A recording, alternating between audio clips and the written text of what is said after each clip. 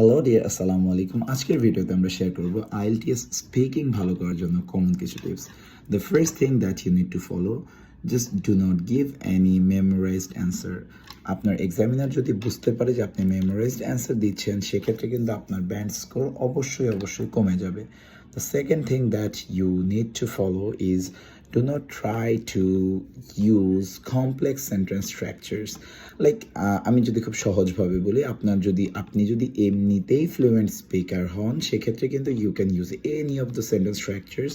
But ধরেন আপনি খুব অ্যাভারেজ ইংলিশ বলছেন এবং আপনার ফ্লুয়েন্সি খুব একটা ভালো না, সেক্ষেত্রে হবে কি, আপনি যখন কমপ্লেক্স সেন্টেন্স স্ট্রাকচার্সগুলো ইউজ করতে যাবেন, it will hamper your fluency. সেক্ষেত্রে আপনি জাস্ট বেসিক সেন্টেন্স স্ট্রাকচার্সগুলো ইউজ করেন।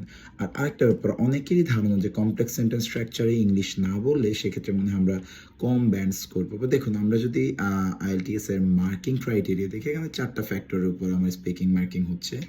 1, সেটা হচ্ছে আমার প্রোনাউন্সিয়েশন, অর্থাৎ আমি উচ্চারণ কেমন করছি। 2, সেটা হচ্ছে আমার ফ্লুয়েন্সি, তো ফ্লুয়েন্সিটা হচ্ছে আমি কনসিস্টেন্টলি কথা বলতে পারছি কিনা। 3, সেটা হচ্ছে আমার গ্রামাটিক্যাল রেঞ্জ অ্যান্ড অ্যাকিউরেসি, অর্থাৎ আমার গ্রামাটিক্যাল মিস্টেকস হচ্ছে কিনা। এখানেই আমরা আসলে ভুলটা করে ফেলি। আমরা অনেক সময় হচ্ছে কি যে grammatical range and accuracy, wide ranges of sentence structures দিতে গিয়ে আমরা কিন্তু অ্যাকিউরেসি নষ্ট করে ফেলছি। So accuracy is a must. সেক্ষেত্রে আপনি wide range of sentence structures use করছেন কি করছেন না, এটা কিন্তু খুব বেশি ম্যাটার করছে না।